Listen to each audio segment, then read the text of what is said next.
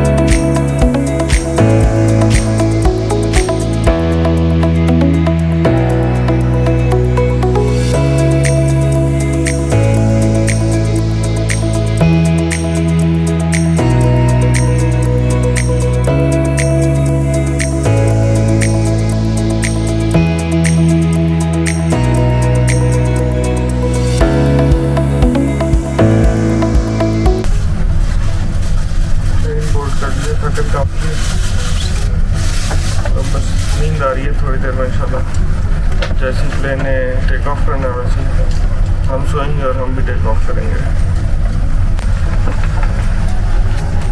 ये continue San Francisco की तस्वीरें दिखा रहा है। इस वक्त हम देख रहे हैं फाइनेंशियल डिस्ट्रिक्ट। ये पीछे गोल्डन गेट ब्रिज है I think, and it's Coit Tower Telegraph Hill पे।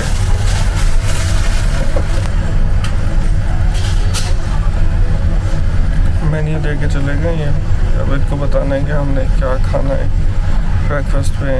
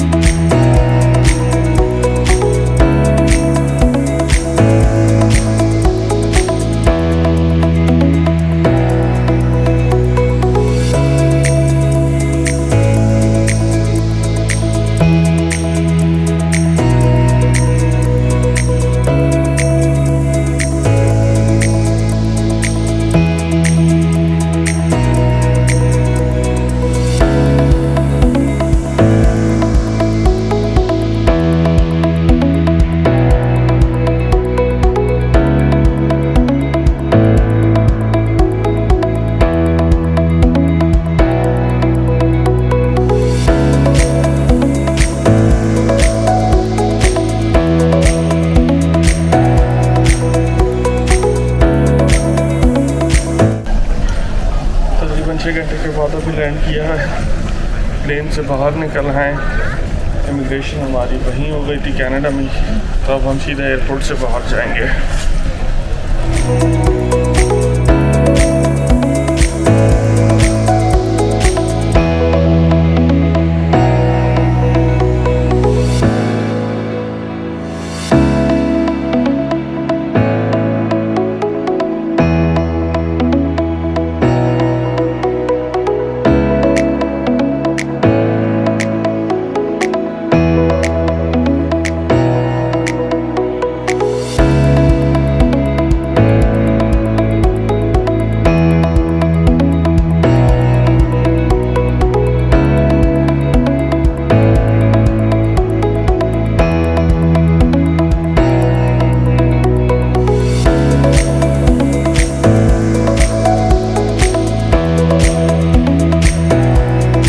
एयरपोर्ट से पिक करने के लिए कजन्स आई हुई थी, इन्होंने हमको पिक किया। हम गाड़ी में बैठ के यहाँ एयरपोर्ट से निकले हैं, अब जा रहे हैं घर है वैकोविल में, जो सैन फ्रांसिस्को से तकरीबन 1.5 घंटे नॉर्थ ईस्ट में है। टोरंटो सैन फ्रांसिस्को में 3 घंटे का टाइम डिफरेंस है और शाम में एक दावत पर भी जाना है। अगर अभी घर जाकर सो गया तो रात में फिर जागना पड़ेगा, इसलिए फिर सोच यही रहे हैं कि घर जाकर फ्रेश होंगे और फ्रेश होकर सीधा दावत के लिए निकल जाएंगे और वापस आके रात में एक बार ही सोऊंगा।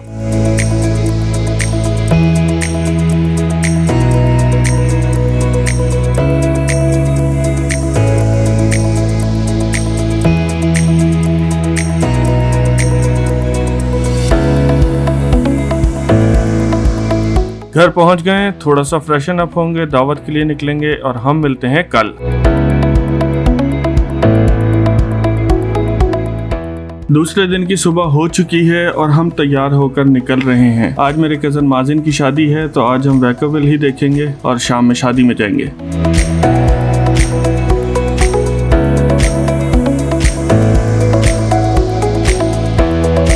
वैकोविल के डाउनटाउन से गुजर रहे थे तो मेन स्ट्रीट पर रुक गए। वैकोविल की गवर्नमेंट ने रोड के दोनों तरफ सिटी के लोकल हीरोज को ऑनर करने के लिए उनके नाम के बैनर्स तस्वीर के साथ लगाए हुए थे। इन बैनर्स में खाला का भी एक बैनर था जिसमें उनकी तस्वीर लगी हुई थी, जो कि यूएस आर्मी की एक वेटरन है। थोड़ी देर यहाँ रुकने के बाद यूएस बेस जाएंगे, क्योंकि कैलिफोर्निया आकर क्लोजेस्ट यूएस आर्मी बेस पर ना जाना खाला की नज़र में पनिशेबल ऑफेंस है।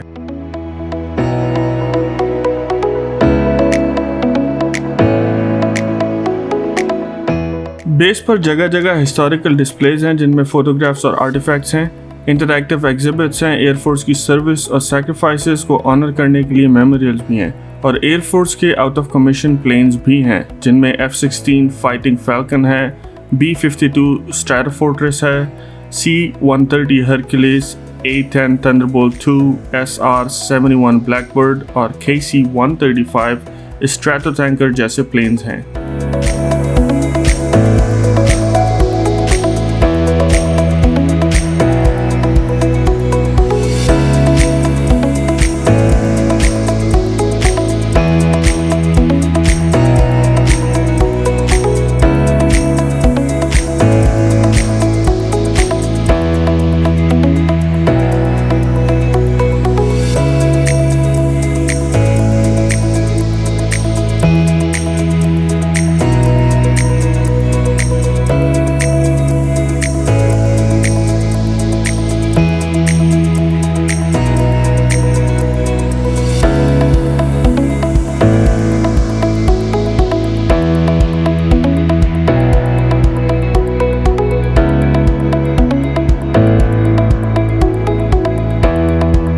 बेस से निकलकर अब घर जा रहे हैं, तैयार होंगे और फिर शादी पर जाएंगे।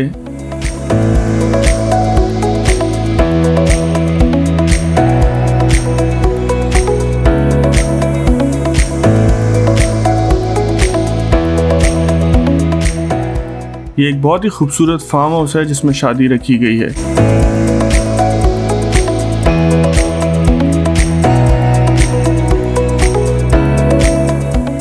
एक पुरवकार तकरीब जिसमें बहुत सारे उन दोस्तों और रिश्तेदारों से भी मुलाकात हुई जिनसे नॉर्मली हम नहीं मिल पाते हैं। शादी में नवीद अंकल ने बहुत ज़्यादा खातिर तवाज़ा की। जब टोरंटो से निकला था तो लग रहा था कि कनाडा से कैलिफोर्निया जा रहा हूँ, जैकेट का क्या करना है, वहाँ क्या ही सर्दी होगी। और शादी ओपन एयर में थी, यहाँ खुली हवा में अंदाजा हुआ कि गर्म कपड़े ना लाने का फैसला गलत था। हवा बहुत ठंडी थी बट गुजारा हो गया।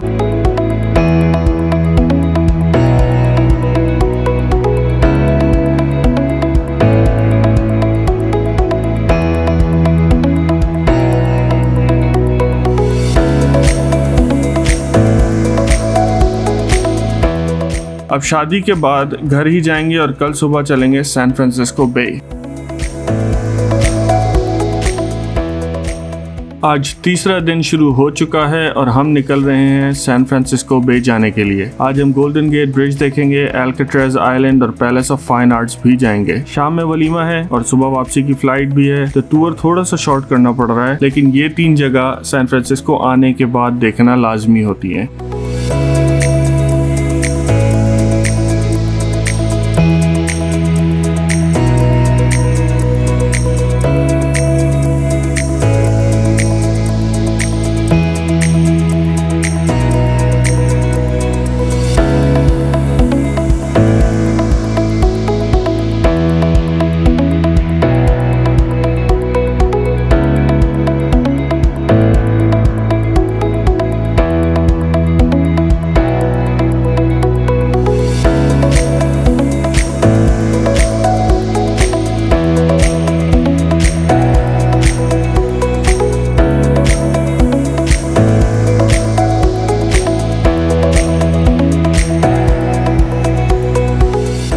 नॉर्मली लोग जब गोल्डन गेट ब्रिज जाते हैं तो अपनी जर्नी वेलकम सेंटर से शुरू करते हैं, बट हम जा रहे हैं बैटरी स्पेंसर। ये गोल्डन गेट ब्रिज के नॉर्थ में एक माउंटेन पर है और इस माउंटेन को हेडलैंड्स भी कहते हैं। यहाँ से गोल्डन गेट ब्रिज का बहुत ही खूबसूरत व्यू दिखता है। यहाँ फॉग बहुत डेंस होती है और जिस वक्त फॉग हो बैटरी स्पेंसर से गोल्डन गेट का नज़ारा देखने के काबिल होता है।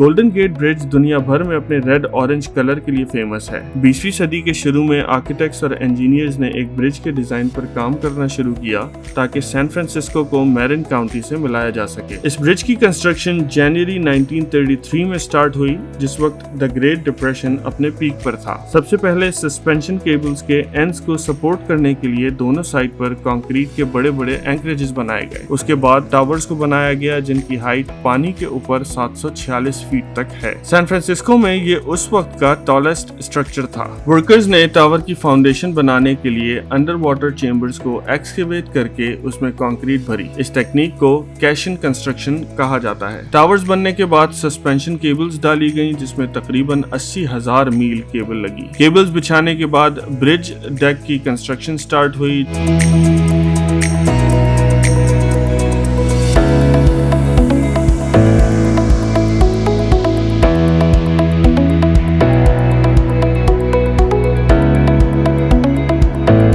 जिसको टावर्स के दोनों तरफ एक साथ एक ही स्पीड से बनाया गया ताकि टावर्स के किसी एक साइड पर ज्यादा फोर्स लगने से टावर्स डैमेज ना हो जाएं। इस ब्रिज को बनाने के लिए 4 साल लगे, जिसमें मजदूरों ने बहादुरी से काम किया क्योंकि कंस्ट्रक्शन कंडीशंस बहुत ही चैलेंजिंग थी। धुंध बहुत ज्यादा थी, खतरनाक समुद्री लहरें और बर्फीला पानी। कंस्ट्रक्शन के दौरान मजदूरों की सेफ्टी के लिए बहुत सारे सेफ्टी रेगुलेशंस थे, जिसमें काबिल जिक्र ब्रिज के नीचे लगाया गया एक सेफ्टी नेट था जिसने 19 लोगों की जान बचाई। इन 19 लोगों को half way to hell club कहा जाता है। इतने सेफ्टी मेजर्स होने के बाद भी कंस्ट्रक्शन के दौरान 11 मजदूरों की डेथ हुई। मई 1937 में इसको ऑफिशियली खोला गया और उस वक्त ये दुनिया का सबसे लंबा सस्पेंशन ब्रिज था। क्योंकि इसकी कंस्ट्रक्शन की वजह से द ग्रेट डिप्रेशन में बहुत सारे लोगों को रोजगार मिला था, ये ब्रिज अमेरिकन हिस्ट्री में एक सिंबल ऑफ होप बन गया। ये अपने डिजाइन की वजह से इंजीनियरिंग और आर्किटेक्चर का मास्टरपीस है, जिसका वजन 746 फीट लंबे 2 टावर्स ने उठाया हुआ है। इसका इंटरनेशनल ऑरेंज कलर,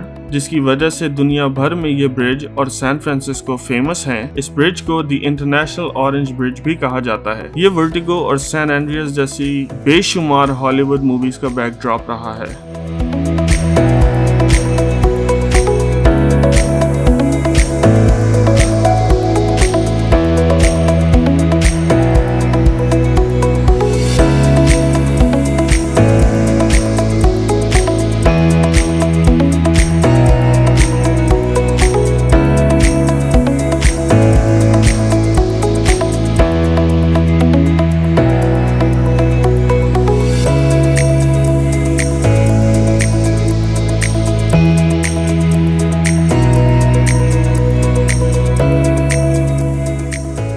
1987 में इस ब्रिज की 50th एनिवर्सरी मनाई गई, जिसमें तकरीबन 3 लाख लोगों ने इस ब्रिज को पैदल क्रॉस किया और 2012 में 75th एनिवर्सरी भी सेलिब्रेट की गई। आज भी यह ब्रिज सैन फ्रांसिस्को की पहचान है।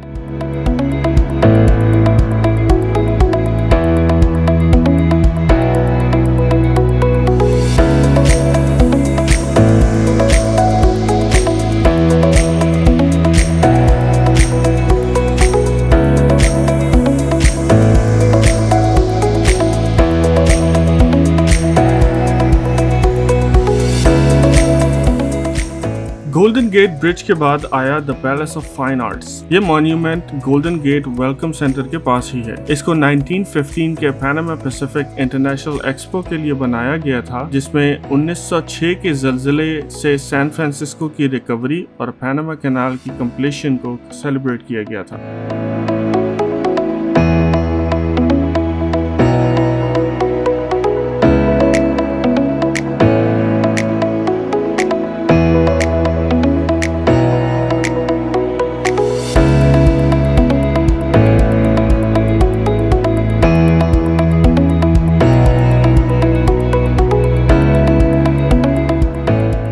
इसका डिजाइन ग्रीको रोमन आर्किटेक्चर के पुराने खंडरात से इंस्पायर है। इसको डिजाइन किया था बर्नार्ड मेयबेक ने।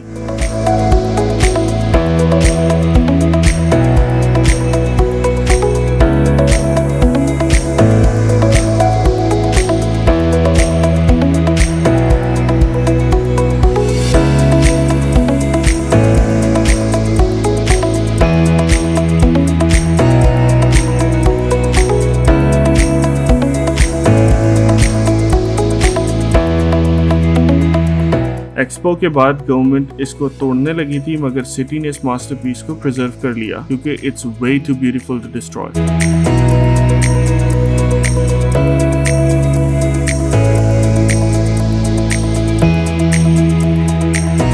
वर्ल्ड वॉर II में इसने मिलिट्री स्टोरेज का भी काम किया।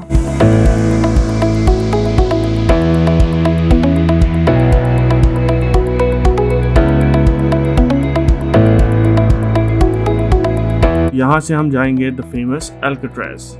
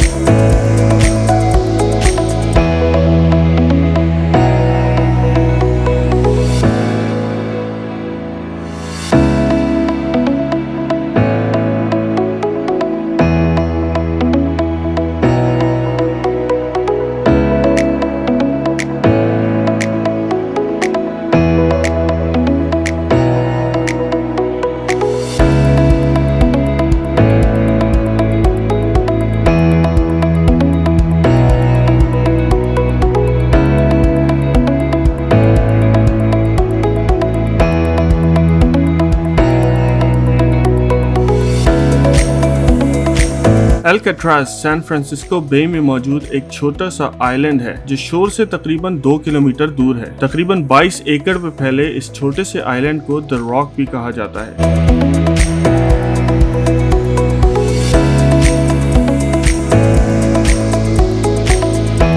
जिसको 1775 में स्पेनिश एक्सप्लोरर्स ने दरियाफ्त किया था। इसको बाद में मिलिट्री फोर्टिफिकेशन और लाइट हाउस के लिए यूज किया गया।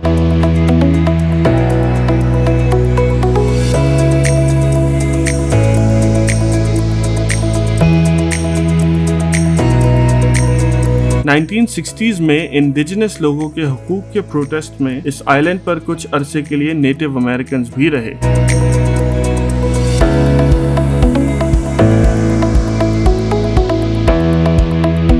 मिड 19th सेंचुरी में अमेरिकन सिविल वॉर के दौरान इस आइलैंड को मिलिट्री प्रिजन के तौर पर यूज किया गया था, जहां अर्ली 20th सेंचुरी तक कॉन्फेडरेट सिंपैथाइजर्स को कैद किया जाता था। 1934 में इसको मैक्सिमम सिक्योरिटी प्रिजन बना दिया गया, जहां एल कैपोन और मशीन गन कैली जैसे क्रिमिनल्स को रखा गया, जो अमेरिकन हिस्ट्री के द मोस्ट नोटोरियस क्रिमिनल्स में से थे। अपने वक्त में अल्काट्राज़ आइलैंड अमेरिका की एक बहुत मशहूर फेडरल पेनिटेंशियरी थी। इस प्रिजन की आइसोलेशन आइलैंड के एतराफ में सैन फ्रांसिस्को बे के शदीद ठंडे और बहुत ही रफ समंदर की वजह से ये एक अनएस्केपेबल प्रिजन की हैसियत रखता है, जहां से आज तक कोई भी भागने में कामयाब नहीं हो सका।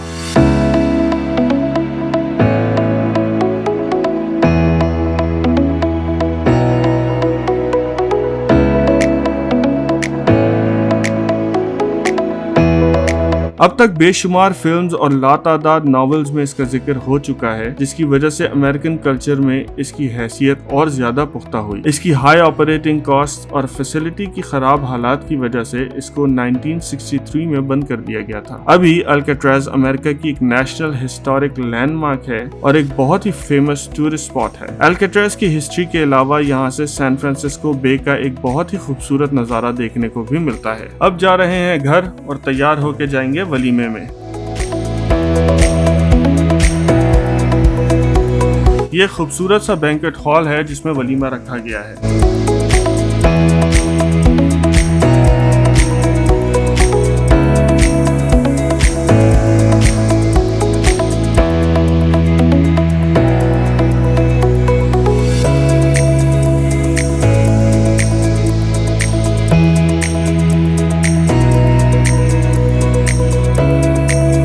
अरेंजमेंट बहुत ही अच्छा था और खाना मज़ेदार। सबसे मिलकर बहुत अच्छा लगा और बहुत एंजॉय किया।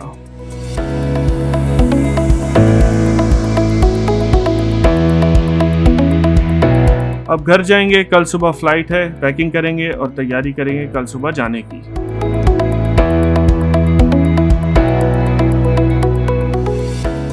पैकिंग रात को ही हो चुकी थी, तो आज सुबह सुबह उठते ही नाश्ता वगैरह करके एयरपोर्ट के लिए निकल गए हैं।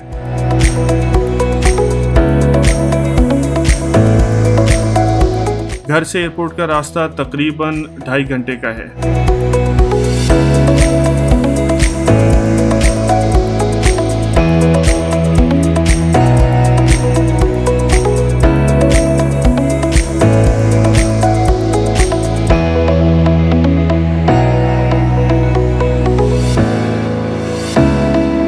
यहाँ 4 दिन कब और कैसे गुजरे पता ही नहीं चला।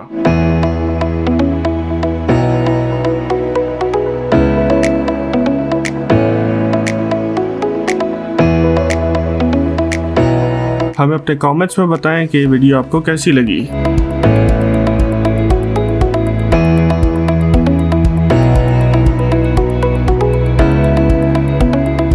उम्मीद है आप लोगों को वीडियो इन्फॉर्मेटिव लगी होगी और पसंद आई होगी।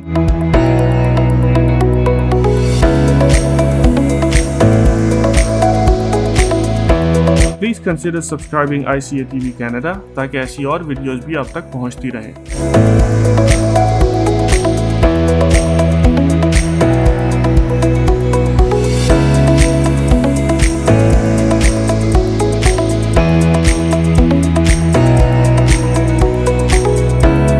अपना बहुत ख्याल रखिएगा। मिलते हैं अगली वीडियो में, तब तक के लिए अल्लाह हाफिज।